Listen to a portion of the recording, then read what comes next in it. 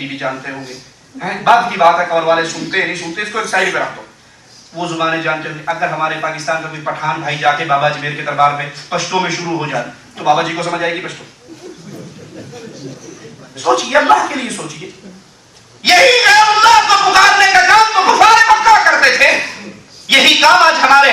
एक बंदा गूंगा जाकर बाबा जी की कब्र पे खड़ा हो जाए तो गूंगे के दिल की फरियादों को जानने वाला कौन? अल्लाह के नबी ने कहा किसी को ना पुकारो, तो उन्होंने फौरन कहा अजअल आलिहता इलाहन वाहिदा, सारों को छोड़कर एक ही पूजा करें, ये काम हमसे नहीं होता। मौजूदा दौर के मुशरिक को जब औलिया की शान में गुलूफ करने से मना किया जाता है तो वो कुरान पाक की आयत पढ़ देगा फौरन दलील के लिए। उन्हें कहा भाई देखिए हम औलिया के गुस्ताख नहीं हैं, हम औलिया से नफरत नहीं करते, नाऊज़ु बिल्लाह, औलिया की मोहब्बत तो हमारा ईमान है। औलिया के पांव की जूती हमारे सर का ताज है, उसके पांव की मिट्टी हमारी आंख का सुरमा है, लेकिन शर्त क्या है, वो कौन हो? औलिया अल्लाह हो, वली हो। नंग धड़ंग मलंग को हम वली मानने के लिए तैयार?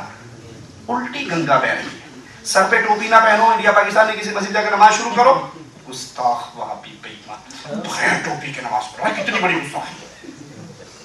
टींड नंगी कर ली तो गुस्ताख हो गया और बहुत बड़ा। और अगर सारा कुछ गलती से हमाम में छोड़कर भूल के बगैर कपड़ों के बाहर निकल आओ तो मिठाई का डब्बा लेके आ जाएंगे, बाबा हमारे घर में औलाद होगी। सिर्फ सर को नंगा करो तो गुस्ताख, हर चीज नंगी करो, इनको कुछ नहीं कहना, ये मजजूब हैं, औलिया अल्लाह हैं, पहुंची हुई सरकारें हैं। हम भी मानते हैं पहुंची हुई हैं, जहन्नम के बिल्कुल किनारे पे मौत का धक्का लगेगा। हम औलिया को औलिया मानते हैं। औलिया कौन है? अबू बकर। औलिया कौन है? उमर। औलिया कौन है? उस्मान, अली, तलहा, जुबैर, सईद, सैद, मुआविया, अली, हसन, हुसैन, ये सब औलिया के सरदार हैं। जो इनके रास्ते पे चलेगा उसको अल्लाह का वली मानते हैं, और जो मोहम्मद रसूलुल्लाह की शरीयत पे अमल नहीं करता वो अल्लाह का वली। मुरीद के ना पीर जी नमाज का टाइम हो गया है, नमाज पढ़ लो, तू पढ़ ला, मेरा दिल ही अल्लाह अल्लाह का, मैं अंदर ही अंदर नमाज ही पढ़ी हो। यानी असी बहुत तसव्वुफ के उस मकाम पे पहुंच चुके हैं कि अब हम नमाजों की हदूद को क्रॉस कर चुके हैं। ठीक है, तो उनसे जब कहा जाए कि तुम इनकी शान में गुलूब ना करो, वल्लाह इतना गुलूब है, इतना गुलूब है, मैं छोटे से थोड़े से वक्त में आपको क्या बताऊं, सिर्फ देख का एक चावल आपके सामने रखता हूं कि हमारे पीरों मुरीदों ने अपने पीरों के बारे में गुलूब के कौन कौन से रिकॉर्ड तोड़े हुए।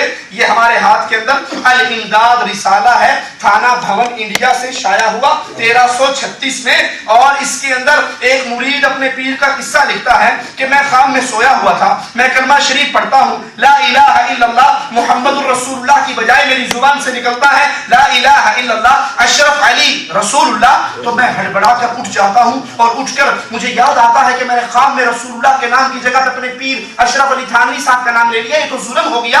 अब मैं दुरूद शरीफ पढ़ता हूं, और दुरूद शरीफ पढ़ते हुए भी क्या कहता हूं, सुनिए, सफा नंबर 35 है, थाना भवन अशरफ अली थानवी साहब का रिसाला। उनका मुरीद लिख रहा है कि मैं उठकर बैठ गया, वल्लाह अब नींद नहीं है, अब नींद का गलबा भी नहीं है, जाग रहा हूं, लेकिन जुबान से कहता हूं अल्लाहुम्मा सल्ली अला सय्यिदिना नबीना मौलाना अशरफ अली, और ये खत लिखकर अपने पीर अशरफ अली को भेजता है। वल्लाह ये जवाब इस सफा नंबर 35 पे है। गलत कहूं तो गिरेबान से पकड़ के स्टेज से नीचे उतार देना, लेकिन अगर सच कहूं तो अल्लाह के लिए जो वलियों का मकाम रब ने रखा है वहां तक रहने दो, मुशरिकों को अल्लाह का वली ना बनाओ, और अल्लाह की शान में इतना गुलूब ना करो कि मोहम्मद रसूलुल्लाह की सीन के ऊपर आप अपने किसी पीर और फकीर को बिठा दो। ये खत लिखकर भेजा मुरीद को, पीर को, मुरीद ने, तो वो जवाब में कहने लगे, जवाब इस वाक़े के अंदर तसल्ली थी कि तुमने जिसको पीर पकड़ा है, तुम जिसकी तरफ रुजू करते हो, वो अल्लाह की मदद से मुत्तबे सुन्नत है, तुम मेरे पीछे, मैं नबी के पीछे। ये नबी की शान में गुलूब नहीं, ये अपने पीरों की शान में गुलूब नहीं, तो और क्या। जब इनको ये कहा जाए कि ये गुलूब ना करो, तो जवाब में क्या कहते हैं, आप तो मानते नहीं, अला इन्ना औलिया अल्लाह ला खौफुन अलैहिम वला हुम यहज़नून। अल्लाह के वली, ना इन पे क़यामत के दिन कोई खौफ होगा, ना इन पे कोई गम होगा। ये देखो अल्लाह के वलियों की शान में कितनी बड़ी आयत है। हम कहते हैं बात तो ठीक है, अल्लाह के वलियों पर क़यामत के दिन ना कोई गम होगा, ना कोई दुख होगा, ना कोई तकलीफ होगी, ना उनके ऊपर कोई परेशानी होगी। इन वलियों को वलियों के मकाम पर रहने تو نہ دو، ان ولیوں کو ولیوں کے مقام پہ رہنے دو. ان پہ تکلیف نہیں ہوگی درست ہے، لیکن ان کو پکارنا، ان سے مدد مانگنا، ان کی قبروں پہ جا کے سجدہ کرنا، ان کی قبروں کو پکی بنانا، ان کی قبروں میں مجاور بٹھانا، یہ کون سا دین ہے؟ یہی کام اس دور کے لوگ کیا کرتے تھے اور یہی کام آج کلمہ پڑھ کے ہم کرتے ہیں. لیکن اس کے باوجود دو بنیادی فرق ہیں. بڑی اہم بات کہنے لگا ہوں، ذرا توجہ کیجیے.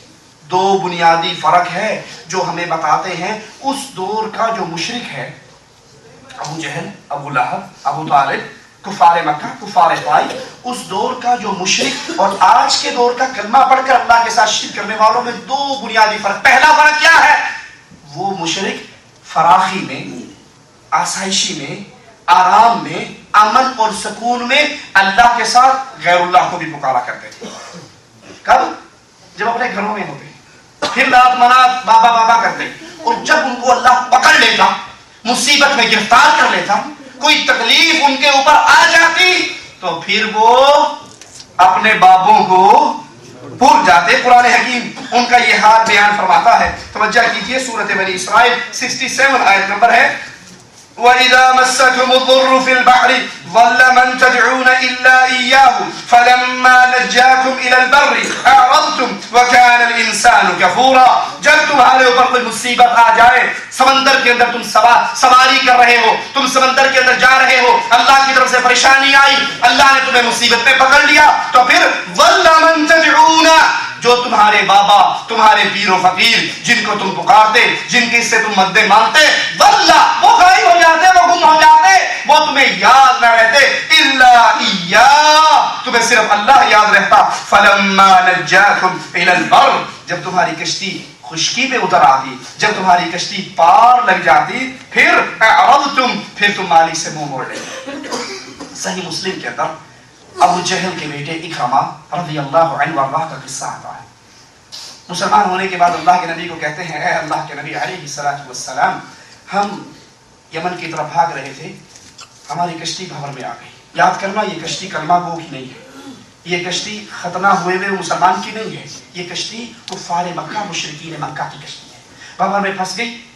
اللہ کے نبی، ہم نے لات منات عزا یعوق نصر ساروں کی بڑی دعائیں دی، ہماری کسی نے نہ سنی.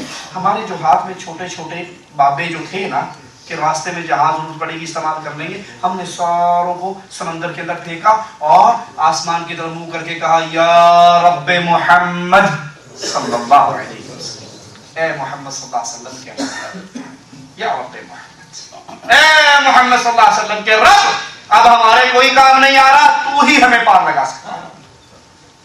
اے اللہ کے نبی، آپ کے اللہ کو پکارنے کی دیر تھی، ہماری پھنسی ہوئی کشتی بھنور سے پار آنے لگی. ہماری کشتی بھنور سے پار آنے لگی. قرآن حکیم بیان فرماتے ہیں، فَإِذَا رَكِبُوا فِي الْفُلْكِ دَعَوُا اللَّهَ مُخْلِصِينَ لَهُ الدِّينَ فَلَمَّا نَجَّاهُمْ إِلَى الْبَرِّ إِذَا هُمْ يُشْرِكُونَ. جب ان کی کشتی پھنس جاتی، بھنور کے اندر پھنس جاتی، سمندر میں یہ پھنس جاتے، تو فوراً پھر اللہ کو پکارتے، اور جب اللہ ان کو پار لگا دیتا تو پھر اللہ کو چھوڑ کر غیر اللہ کو پکارنے لگ جاتے. اس دور کے مشرک اور آج کے دور کے مشرک میں کیا فرق ہے؟ وہ مصیبت کے اندر، تکلیف اور پریشانی کے اندر اللہ کو پکارا کرتے تھے، اپنے سارے بابوں کو بھول جاتے تھے. لیکن آج کا کلمہ پڑھنے والا مشرک، وہ مصیبت اور تکلیف کے اندر بھی اللہ عز و جل کو نہیں پکارتا، بلکہ مصیبت کے اندر بھی غیر اللہ کو پکارتا ہے. یہ ہمارے ہاتھ کے اندر ملفوظات احمد رضا خان صاحب کی 97 اس کا پیج ہے. ذرا آپ بھی توجہ کیجئے کہ وہ پھنس کر تو اللہ کو پکار لیتے تھے نا، دریا میں تو اللہ کو پکار لیتے تھے، اور جب پار لگ جاتے تھے تب کہتے تھے فلاں بابے نے پار لگایا. لیکن آج کا یہ کلمہ گو، اس کی حالت کیا ہے؟ کہتے ہیں اللہ اکبر. جنید بغدادی دجلہ پر تشریف لائے اور یا اللہ کہتے ہوئے دجلہ دریا پر پانی کے اوپر مثل سڑک چلنے لگے، مثل زمین چلنے لگے. پیچھے سے ایک شخص آیا، اس نے کہا حضرت میں نے بھی پار جانا ہے، کوئی کشتی تو موجود نہیں، اب آپ جا رہے ہو تو مجھے بھی لے جاؤ. تو پیر جنید صاحب کیا کہہ رہے تھے؟ یا اللہ یا اللہ یا اللہ. مرید سے کہا تو کیا یا جنید یا جنید یا جنید. اس نے کہا یا جنید یا جنید یا جنید. دریا نے راستہ دے دیا، چلنے لگے. اب سنیے ذرا اہل شرک کی کارستانیاں. کہتے ہیں جب یہ مرید بیچ دریا